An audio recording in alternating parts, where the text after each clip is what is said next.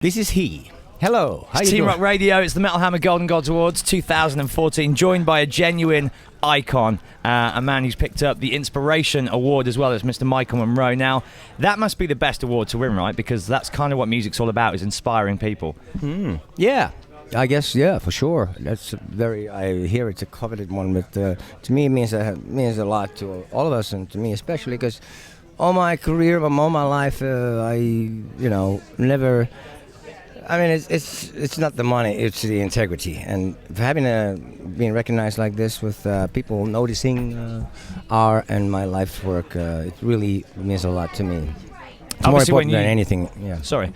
Yeah, more important than anything else. And, as you say, it's not about album sales, it's about inspiring kids to pick up music. Obviously, when you were a young kid, it was probably about acts like Alice Cooper, New York Dolls, and then yourself in turn, and what Hanoi Rocks did very early on inspired that whole LA hair metal scene, Guns N' Roses, Motley Crue, obviously, I was told, yeah, apparently so, but Guns N' Roses, great, brilliant band, and especially them because they had their own thing and they were strong enough. And they released our European catalog in the States because Axl got tired of not knowing who Hanoi Rocks was. They were really cool, and I'm so glad that Slash is as big as he is because he's doing the right kind of thing. Him and Miles, they got a cool band going, and Foo Fighters, and it's a great to have the respect of people like that. It really means the world. And to me, it was always just about integrity and being your own boss, basically. Nobody, basically, no money in the world could make me, no one can kind of, make me do something I don't want.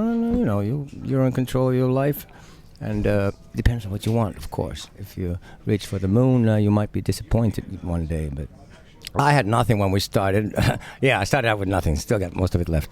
But, on the streets, it's the Hanoi Rock. Me and Nasty and Sammy lived in Stockholm, and on the streets we started, 6 months, first half a year we were on the streets, begging for money and sleeping wherever we could.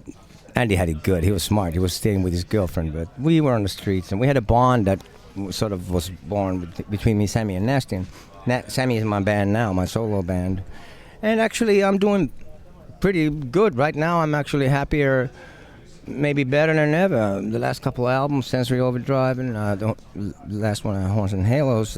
This band is more of a band situation that I've had since the original Hanoi in the 80s, really. And it's a great situation. I feel good about having my last couple of albums being some of the best work of my career, I think, and a lot of people agree. And that's what I try to do. I try to improve on. You can never be good enough. There's always room for improvement, and that's what keeps me hungry and keep trying to get better at what I do all the time. And you're never gonna wake up one day, okay, now I'm good enough. Don't have to practice anymore.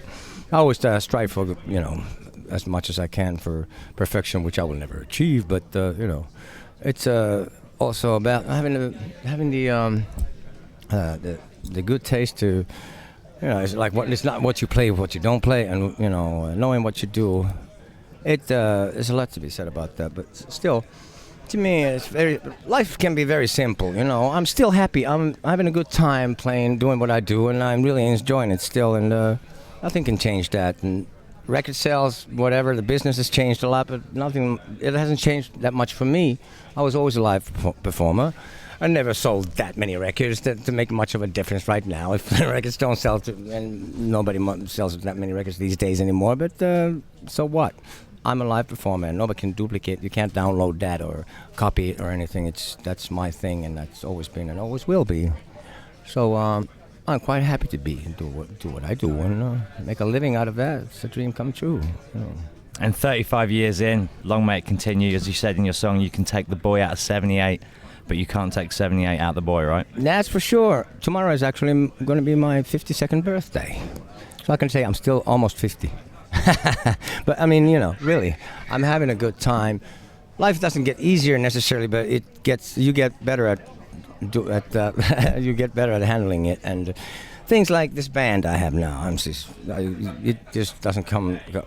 It doesn't happen like every day. It's very rare to have a chemistry, and a bunch of guys that I have, Steve Conte and Sammy Alpha and Carl Rockfist and Rich Jones now, after we had Dragon and Ginger and even Nasty Suicide has visited the lineup now and then when somebody just couldn't make a gig. So, and Dragan actually, he just decided to concentrate on his solo thing. But before a couple of weeks after that, he had decided to start dedicate his time to his own thing. He was required to sit in for Steve Conte. We went to Russia. We had a short notice kind of gig there. All of a sudden, we could do these 2 shows, one in St. Petersburg and one in Moscow. And so we got Dragan. Just when he thought he was out, we pulled him back in.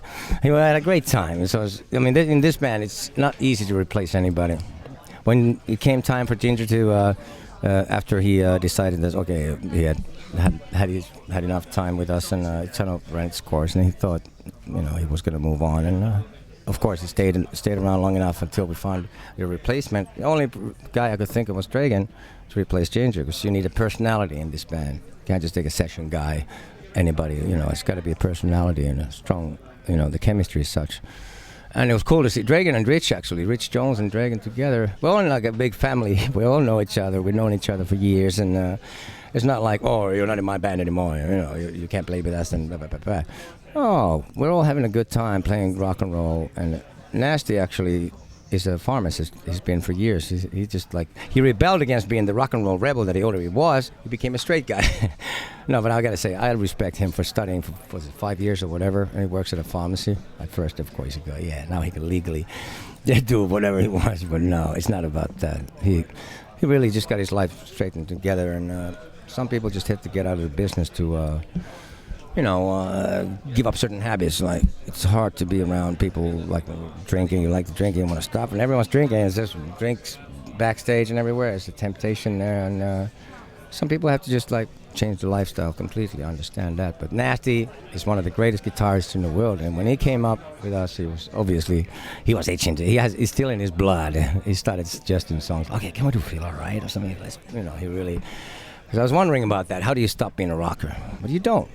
You either are or you're not. You're it or you're not. But you can't, just turn it on and off. So we're for real. I'm for real even when I'm faking, like I said. Thought I was wrong once, but I was mistaken. Well, happy birthday for tomorrow.